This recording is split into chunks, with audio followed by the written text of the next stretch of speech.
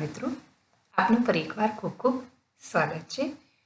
બાળમિત્રો, આજે આપણે સામાન્ય જ્ઞાન ધોરણ 2માં પ્રકરણ 23 સ્વાદ વિશે અભ્યાસ કરીશું. બાળમિત્રો, આપણે જે વસ્તુ ખાઈએ છીએ એ દરેક ખાદ્ય પદાર્થોના સ્વાદ અલગ અલગ હોય છે. એટલે કે ગોળ અથવા ખાંડનો સ્વાદ ગળ્યો લાગે છે. તમે ક્યારેય કારેલાનું શાક ખાધું છે?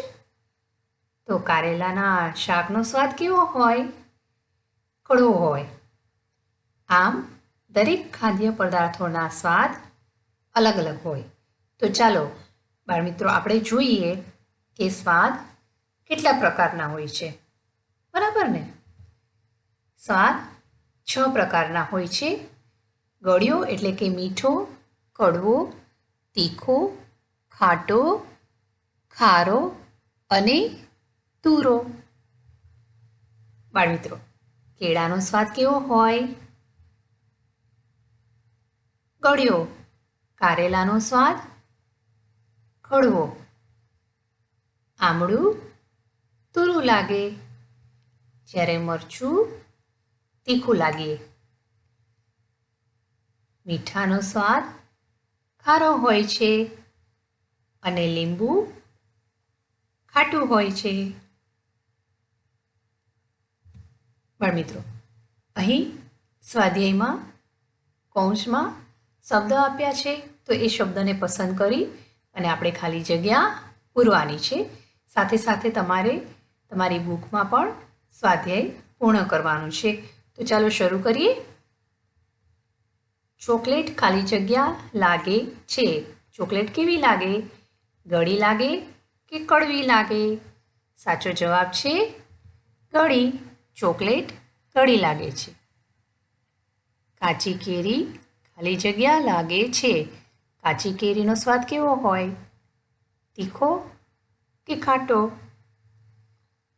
કાચી કેરીનો સ્વાદ ખાટો હોય, માટે સાચો જવાબ છે ખાટી.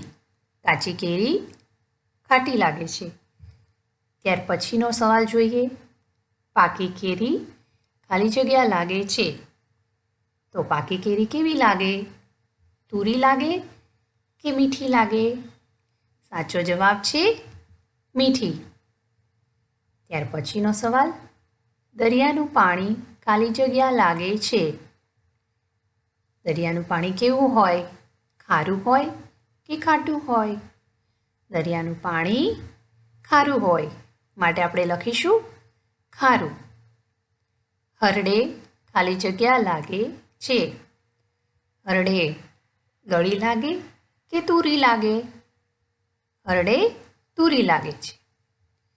મરચાં ખાલી જગ્યા લાગે છે. મરચાં કડવા લાગે કે તીખા લાગે? તો સાચો જવાબ છે તીખા. ત્યાર પછીનો સવાલ જોઈએ. નીચે આપેલા શબ્દોની સાથે સ્વાદ લખ્યા છે અને ચિત્ર છે, તે પ્રમાણે તેનો કયો સ્વાદ છે તે આપણે જોવાનું છે અને જોડકા જોડવાના છે. તો બાળમિત્રો, સૌપ્રથમ તમે જુઓ, અહીં કેળું દર્શાવવામાં આવ્યું છે અને અહીં સામે અલગ અલગ સ્વાદ લખેલા છે. તો કેળાનો સ્વાદ કેવો હોય? ગળ્યો હોય, માટે આપણે 1 નંબરને બ સાથે જોડી દઈશું. ત્યાર પછી લીંબુ. લીંબુ કેવું હોય? ખાટું હોય, માટે આપણે 2 નંબરને અ સાથે જોડીશું. મરચું તીખું હોય, માટે આપણે તેને ડ સાથે જોડીએ. અને આમળું તુરું હોય, માટે તેને ક સાથે જોડીશું. ત્યાર પછીનો સવાલ. નીચે આપેલી વસ્તુઓનો સ્વાદ લખો. જુઓ, અહીં અલગ અલગ વસ્તુઓ આપેલી છે અને આ દરેક વસ્તુનો સ્વાદ અલગ અલગ છે. તો આપણે ખાલી જગ્યામાં લખવાનું છે કે કઈ વસ્તુનો સ્વાદ કેવો છે. કારેલાનો સ્વાદ કેવો હોય? કડવો. મીઠાનો સ્વાદ ખારો. આઈસ્ક્રીમનો સ્વાદ મીઠો, હળદરનો સ્વાદ તુરો, આંબલીનો સ્વાદ ખાટો હોય અને મરીનો સ્વાદ તીખો હોય.